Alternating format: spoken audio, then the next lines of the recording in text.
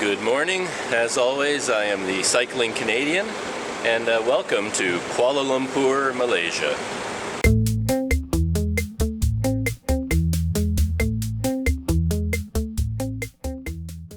The mission for today is a pretty simple one. I want to go to the Muzium Negara, which is the national museum here in Kuala Lumpur.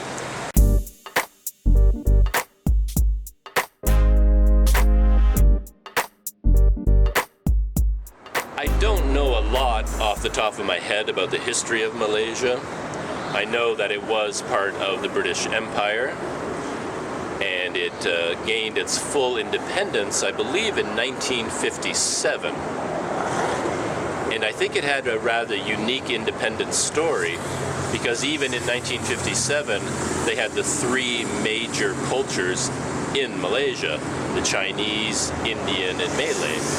And those three groups had to come together and agree on the terms of their independence, the new constitution, and how the country would be run.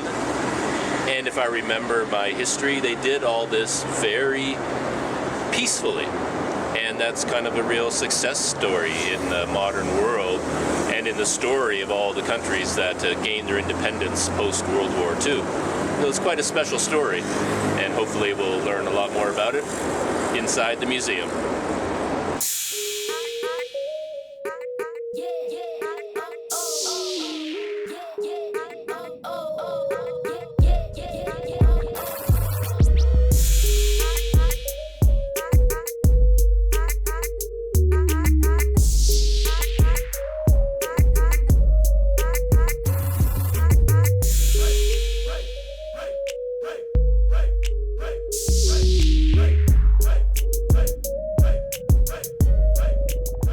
Realize that this huge mural has dates written on it. So you can kind of see the history of Malaysia laid out if you knew what you were looking for. This statue at the very beginning looks like a Hindu statue, and I believe I've seen pictures of it. I believe it's an actual statue that was found in Malaysia and dates back a very long time. Here we've got the year 1409. I don't really know what's going on there. 1475 with a dragon coming in. Is that an invasion from China? I don't know. 1511, we've got an elephant. Would those be Mughals or Mongols coming in with their armies and elephants? Again, I don't know. 1720, 1840. Is that a Buddhist temple? Again, I'm not really sure. Shows just how dumb I am. 1874, 1886, we're starting to see some European flavor here. I'm not sure when the British arrived, to be honest, and when it became a British colony, but clearly in the year 1900, 1941, well, 1941, we'll be heading into World War II. 1957, there's the key year, the official and full independence of Malaysia. And I think the mural continues on the other side, so we're going to have to go over there. This is the other half of the giant mural, and it no longer shows any dates, so it doesn't continue the history after 1957. And that kind of makes sense because I believe this museum was built in 1963. It replaces the Selangor Museum, which used to be on this site, and it was badly damaged in a bombing raid by B-29 bombers, I think, in World War II. And it was so badly destroyed that it was completely flattened after that, and they rebuilt this museum on the same location. I just realized that I can give myself a test. I went over this mural with all the dates, and I really didn't know what any of the dates meant. After I go through the museum, assuming I got some brains up here, I should know, right? I should learn something from the museum, so I can come back out here, look at the mural again, and I should be able to identify the importance of all those dates. Or maybe not.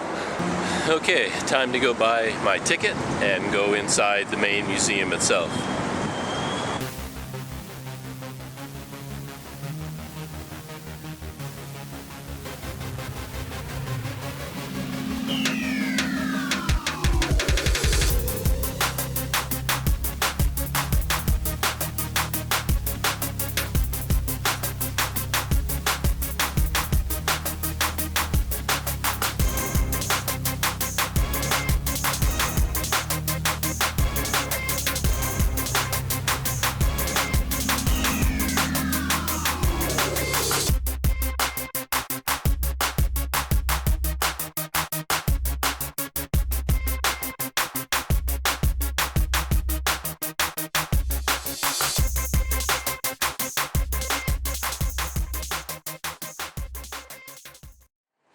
here inside the Muzium Negara, and it does have 4 galleries, as I thought. It cost 5 ringgit to come in for foreign visitors, 2 ringgit for Malaysians. We've got gallery A and B on this floor, and then C and D up on the second floor. I think A is for the paleolithic era, like prehistory. B is for the Malay kingdoms. C for the colonial era, and then D, modern Malaysia and independence. So we're going to start, of course, with prehistory.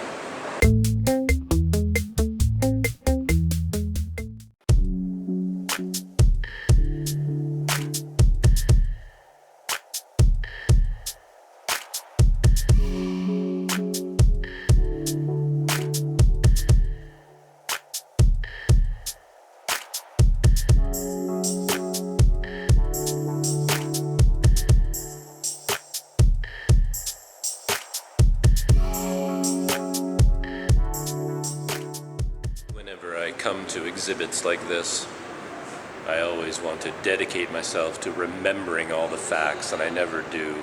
I mean, how many times in my life have I tried to memorize neolithic, paleolithic, and what these words represent, which time periods exactly, and what technologies were developed in each period.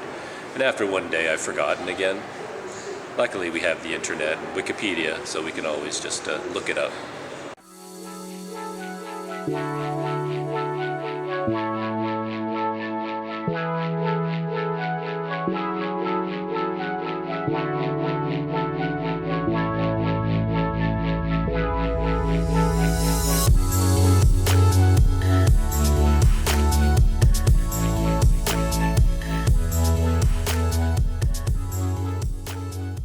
After you memorize all the Paleolithic and Neolithic, then you have to remember the Bronze Age, the Iron Age, things like that.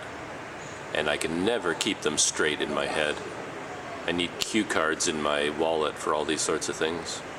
I always appreciate signs like this in museums. They're very useful for dummies like me.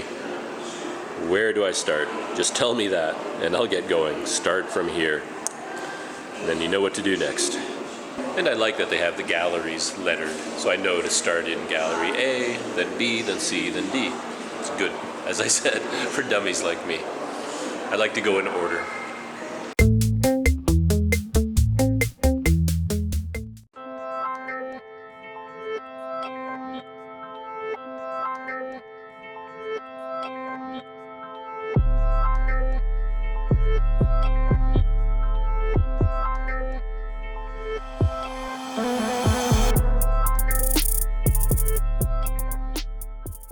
This gallery B, is dedicated to the Malay kingdoms.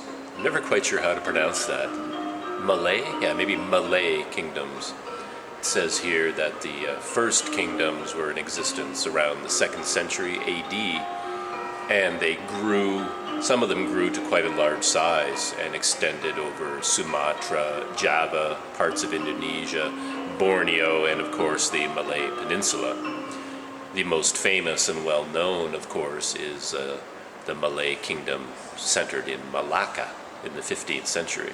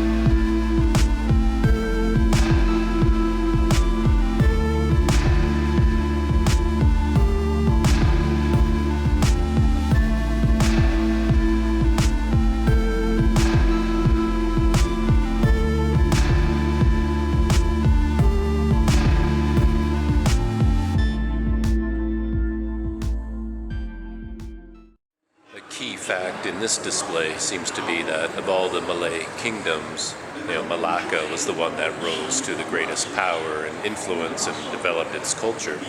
And the main reason for that was the adoption of Islam. And here we have a display that shows the moment when the leader of Malacca was converted to Islam.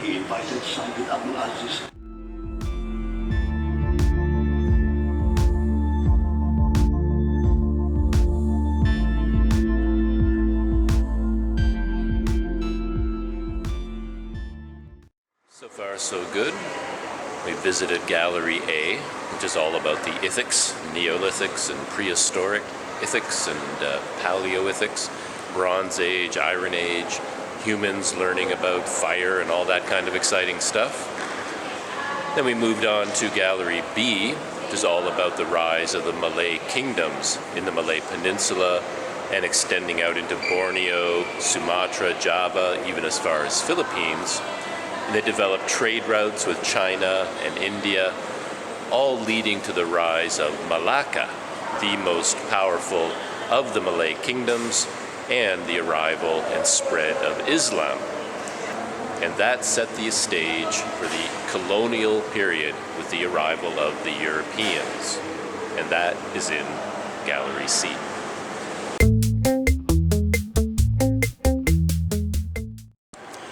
We begin our journey into the colonial era with the Portuguese.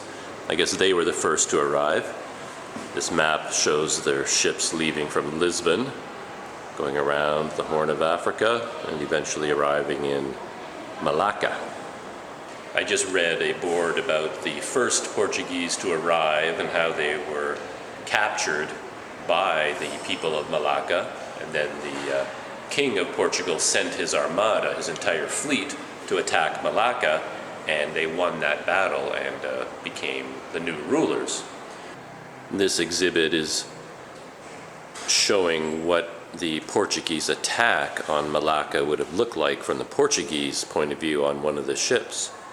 And the sign here says that Malacca had an army of 20,000 paid soldiers and 200 elephants, 8,000 cannons, guns, bows, and arrows. But it doesn't say how many Portuguese arrived and how many ships they had.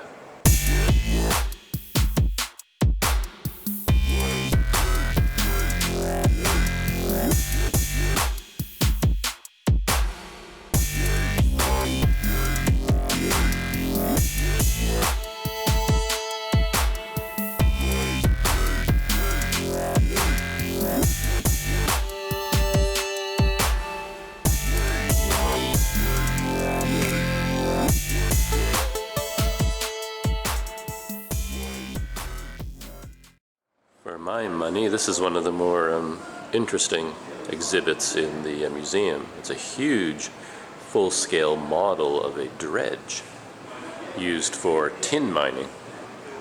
I find it interesting because I'm a big fan of Gold Rush, the TV show, and one of the gold miners in that show is he's rebuilding old dredges like this and using them again, but for mining for gold in the same way. I didn't realize that you could mine for tin with a dredge as well. I just exited from Gallery C, and the main takeaway there, of course, is the colonial experience. The Portuguese were the first to arrive in Malacca in 1511 with their fleet, and they took over the joint, and they appeared to be in charge for about a century and a half, and they were constantly being attacked by other sultanates that were still independent around the Malay Peninsula, and by the Dutch, who wanted control. And eventually the Portuguese were defeated by a coalition, I guess, between the Dutch and the Sultanate of Johor. And the Dutch took over, and they were in charge for 200 years or something like that, and eventually they were replaced by the British. And of course, all this fighting between the European powers for Malacca and the Malay Peninsula was over the resources of the peninsula, such as rubber and tin. Eventually, of course, the Malaysians got fed up with all this European interference with their country, and they wanted independence. So now we move on to Gallery D, the end and final exhibit of the museum.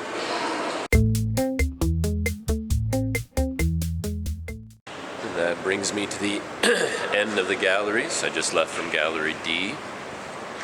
And the main takeaway from Gallery D, I guess, is that independence was achieved in a largely peaceful fashion. During World War II, of course, the Japanese took over the entire Malay peninsula and Singapore, and then when Japan lost the war and surrendered, the British kind of moved right back in, and then began a long series of negotiations for the independence. And there was never a protracted war with Britain or anything like that. And the other side to the whole story was how the British set a condition that the Malayans had to demonstrate that the three cultures could live together and establish like a constitution together, you know, the Chinese, the Indian, and the Malay. And this took place, and they achieved independence to the loud cry of Merdeka, Merdeka, Merdeka. And they achieved independence in 1957, and the country of Malaysia itself was formed in 1963. And at that time, Singapore was a part of Malaysia. There was some violence that took place, and eventually it was decided that Singapore would have its own country, and Singapore separated from Malaysia. And that brings us right up to date. Now I'm going to go outside the museum, take another look at that mural, and see if I can pick out a few more of the dates and what they mean. Well, I'm failing my test. I didn't learn as much as I thought I would, or thought I did. Of course, before this mural, we have all of our Neolithic and Paleolithic and tectonic plates. That's not on the mural.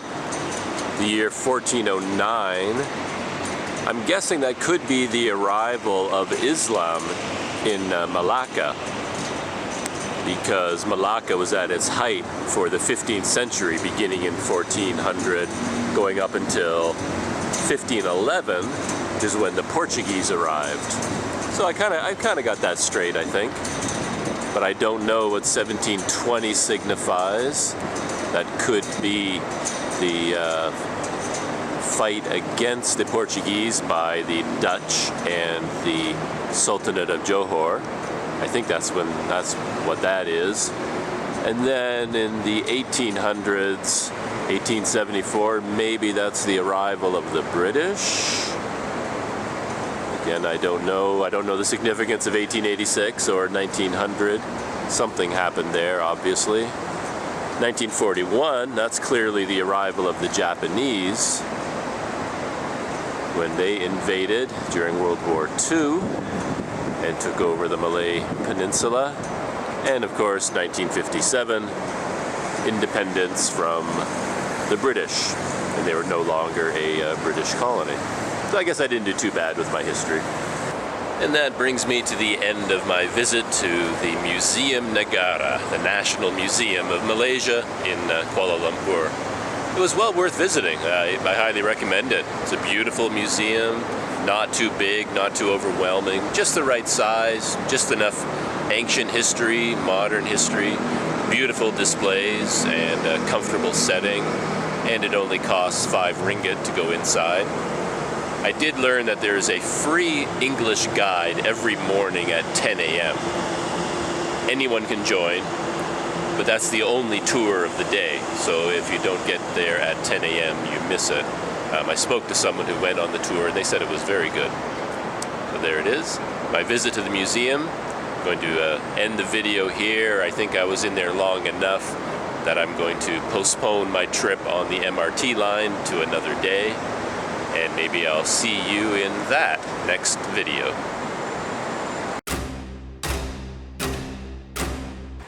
The bonus question for the last video was about Lord Murrigan. What is Lord Murrigan's animal vehicle, or vahana? Is it A, a peacock, B, a snake, C, a mouse, or D, a lion? The answer is A, a peacock. If you watch the video again, you'll see that many of the kavadi were decorated with peacock feathers, and you'll see images of peacocks everywhere. The bonus question for this video is about cars. Did you know that Malaysia is the 11th country in the world to make its own cars from the ground up? It's true. What is the name of Malaysia's first car company? Is it A, Geely, B, Proton, C, Rocket, or D, Sandar? Put your answer in the comments below. Answer at the end of the next video.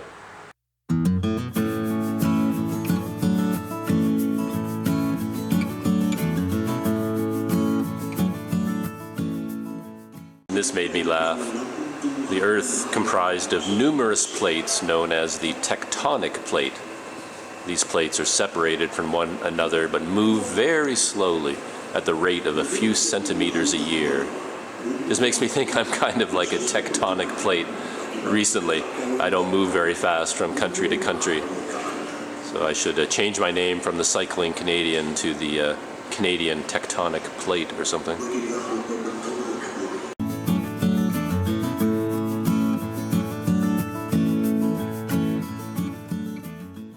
Today's travel tip is another one for the budget traveler, and it's all about your toiletry kit. Get a toiletry kit with a hook. Here's my current toiletry kit, and you notice it has a handy hook on the top. That's good for the budget traveler because in low-budget hotels and hostels, the bathrooms usually have no countertops at all. There's nothing but a soaking wet floor.